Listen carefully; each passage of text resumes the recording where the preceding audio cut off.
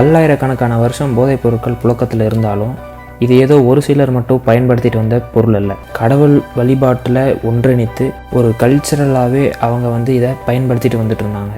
உதாரணத்துக்கு கிறிஸ்துவ மதத்தில் ஒயின் தருவதாக இருக்கட்டும், சில ஹிந்து கோவில்களில் காணிக்கையாக மதுவை கொடுக்கறதா இருக்கட்டும், டொபேக்கோ பயன்படுத்துகிறத நம்ம இன்றளவும் பார்க்கலாம்.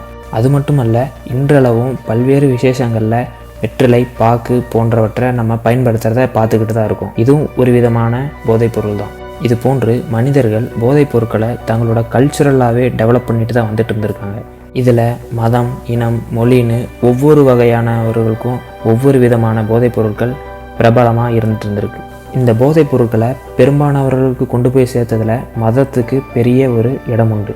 பண்டைய காலங்களில் போதைப் பொருட்கள் பயன்படுத்தி பேச்சு, நடனம் இதெல்லாம் வச்சு அவங்க மேலே கடவுளே இறங்கி தாங்கள் வாயில பேசுகிறதாக நம்பிக்கிட்டு இருந்த மக்களும் இருந்திருக்காங்க.